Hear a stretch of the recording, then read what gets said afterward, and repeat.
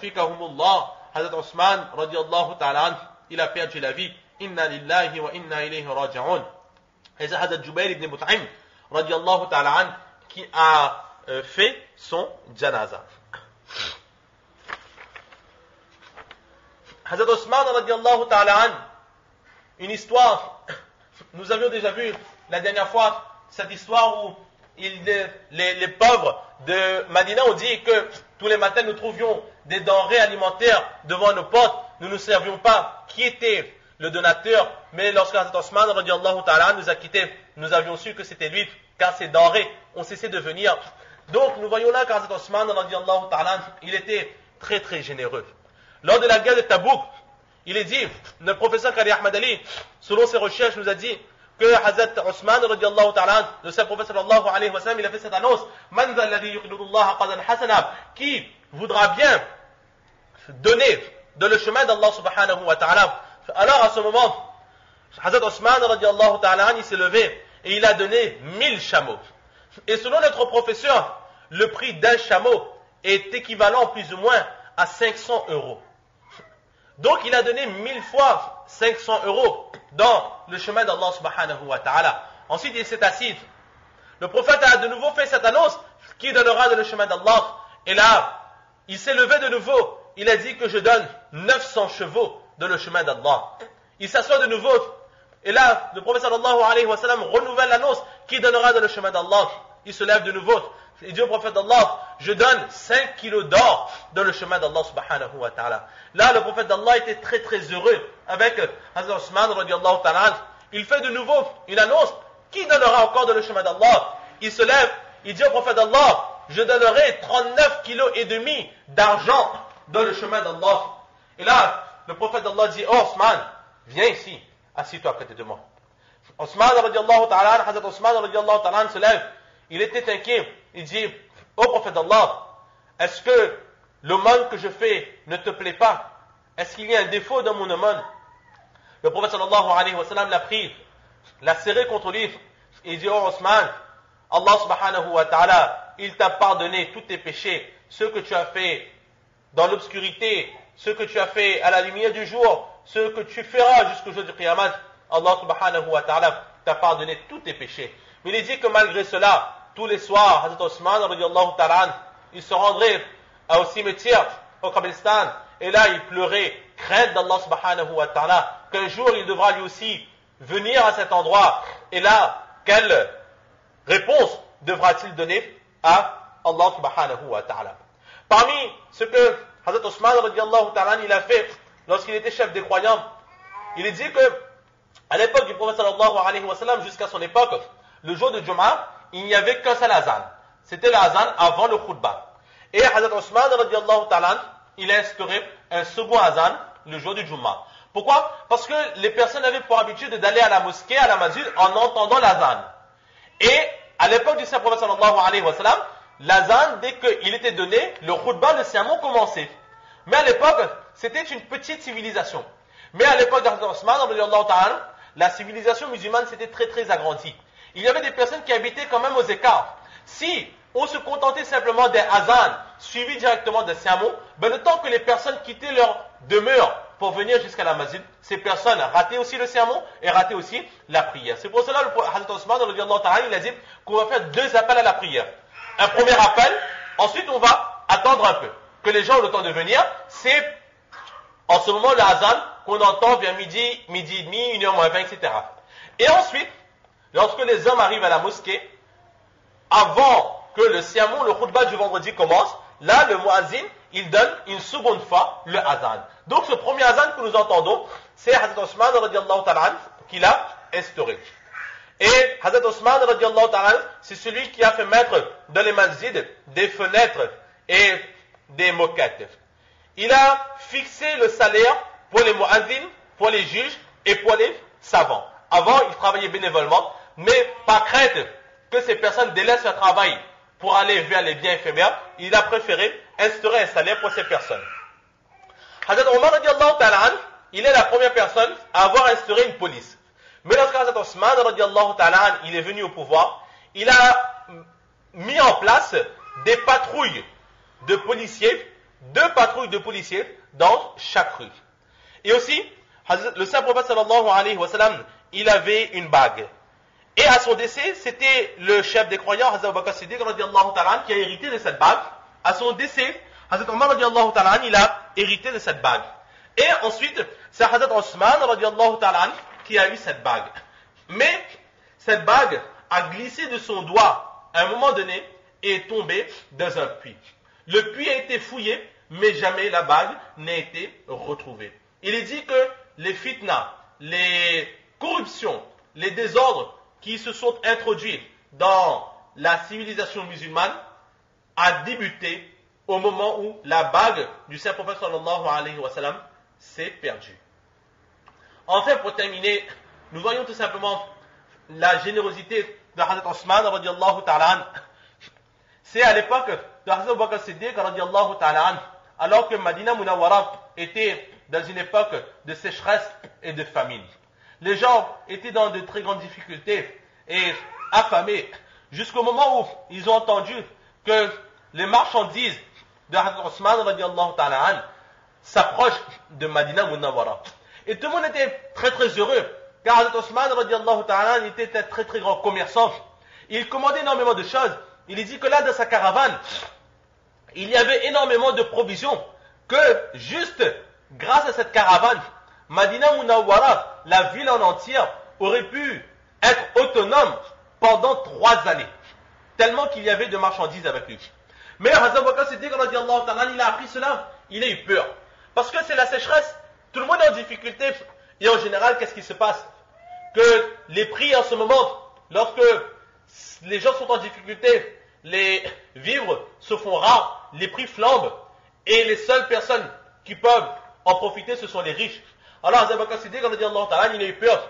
Il a dit attention, que les riches s'accaparent de toutes les marchandises et que les pauvres meurent de famine. Alors il est parti voir Hazrat Osman radiallahu ta'ala, il dit Osman, je t'ordonne de ne vendre ces marchandises à personne. Mais moi, chef des croyants, je te l'achète.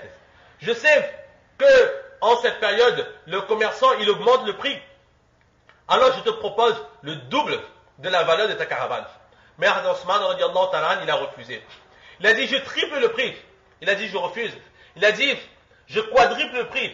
Il a refusé encore. Il dit, je te donne 6 fois plus le prix de ta caravane. Hazrat Osman radiallahu ta'ala, il refuse.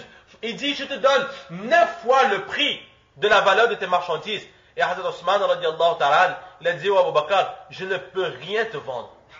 Je ne peux rien te vendre, car je suis un musulman, et un musulman, il respecte ses promesses. Tu t'es adressé à moi trop tard. Toute ma marchandise, je l'ai déjà vendue. J'ai déjà vendu. Comment est-ce que tu veux que je récupère ces marchandises? J'ai déjà fait. La transaction était faite. Je ne peux revenir en arrière. Il a les larmes aux yeux. Il dit, j'aurais voulu t'obéir au chef des croyants, mais comment est-ce que tu veux que j'annule cette transaction? De plus, je suis un commerçant. Le commerçant regarde avant tout son profit. J'ai vendu à quelqu'un qui a été prêt à me payer 700 fois le prix de mes marchandises. Toi, jusqu'à combien est-ce que tu peux me payer? Tu me payes 9 fois plus, 10 fois plus, mais est-ce que tu peux me payer 700 fois plus ou encore plus que cela? Oh Abu Bakr, mes marchandises, je les ai déjà données à Allah subhanahu wa ta'ala. Je les ai déjà données en waqaf, en don pour les habitants de Madina Munawwara. Je ne peux te le vendre. Prends cela et mets-les dans le Baytul Mal, les trésors publics, et gère à ta guise et aide la veuve et l'orphelin, les misérables et les pauvres, de façon à ce qu'ils puissent survivre dans cette sécheresse. Hazrat Abu Bakr Siddiq radiallahu ta'ala était très heureux de cela. Il dit que la nuit venue, Hazrat Abu Bakr Siddiq, ainsi que Hazrat Abdullah ibn Abbas et d'autres compagnons radiallahu ta'ala anhum ajma'in, ils ont vu en rêve le saint prophète sallallahu alayhi wa sallam, le prophète d'Allah qui était très élégant, très beau, très bien habillé, mais il était pressé. Il marchait d'un pas très rapide. Il ne s'attardait auprès de personne. Ses compagnons l'ont interpellé. Ils ont dit, ô prophète d'Allah, où vas-tu ainsi habillé, si beau que tu es? Il a dit, excusez-moi, je suis très pressé, je n'ai pas de temps. Il dit, où vas-tu, ô prophète d'Allah? Il a dit, je dois faire le mariage d'une personne. Il dit, le mariage de qui? Il a dit, je dois faire le mariage de Hazrat Osman radiallahu ta'ala an. Il m'attend et je dois aller faire son mariage avec les épouses du paradis. Et là, ils ont dit que justement, le prophète sallallahu alayhi wa sallam, il a dit qu'en récompense de toutes les bonnes choses qu'il a données dans le chemin d'Allah subhanahu wa ta'ala, aujourd'hui, j'ai la chance d'aller faire son mariage, son écart. Donc là, c'est très brièvement ce que nous pouvons dire sur la vie de Hazrat Osman radiallahu ta'ala an. Enfin, pour terminer, le second narrateur, Hazrat Jabir, fils d'Abdullah, fils de Ra'ib. Donc son nom, Hazrat Jabir, fils d'Abdullah, fils de Ra'ib, fils de Norman. Jabir, fils d'Abdullah, fils de Ra'ib, fils de Norman. De la tribu des Salami, il fait partie des Ansar. Il a participé à la guerre de Badr, de Uhud, de Khandaq, la guerre des tranchées, ainsi que d'autres campagnes avec le saint prophète sallallahu alayhi wa sallam. Il faut savoir que c'est le premier Médinois qui s'est marié, qui a accepté l'islam. C'est le premier Ansar qui a accepté l'islam.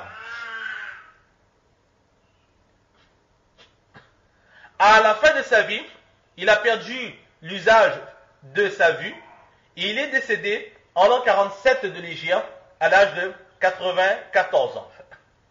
Et c'est aussi le dernier sahabi radiallahu ta'ala an qui est décédé à Madina Munawwara. À propos de lui, nous n'avons pas énormément de points, de connaissances sur lui. Juste une histoire que notre professeur Qari Ahmad Ali Sahab Damal Barakatuhum nous l'a dit, nous l'a enseigné lorsque ce hadith est venu. Il dit qu'une fois, Hazrat Jabir radiallahu ta'ala an, il était en campagne avec le saint prophète sallallahu alayhi wa sallam. Cependant, il était sur sa monture, mais la monture était très très lente. Et il s'est plaint de cette monture avec le saint prophète sallallahu alayhi wa sallam. Il a dit au prophète d'Allah, regarde cet animal, il ne veut pas écouter, il ne veut pas m'obéir, il est lent, à chaque fois tout le monde prend de l'avance sur moi, et moi je suis tout le temps à la peine en train d'essayer de vous rattraper. Alors le prophète sallallahu alayhi wa sallam, il a dit, oh Jabir, si tu ne veux pas de lui, alors je te lâche. Le prophète Hazrat Jabir radiallahu ta'ala, il a dit, d'accord, prophète d'Allah, je te vends ma monture. Mais étant donné qu'ils étaient en campagne, le prophète sallallahu alayhi wa sallam n'avait pas d'argent sur lui. Il a dit que la transaction est faite, mais je te paierai arrivé à Madina pour 100 dinars.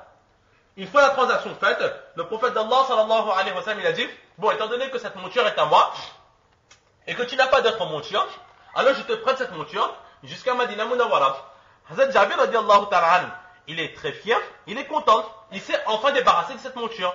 Mais, alors qu'il marchait à côté du prophète sallallahu alayhi wa sallam, le prophète sallallahu alayhi wa sallam passa sa main bénie sur la monture qu'il venait d'acheter.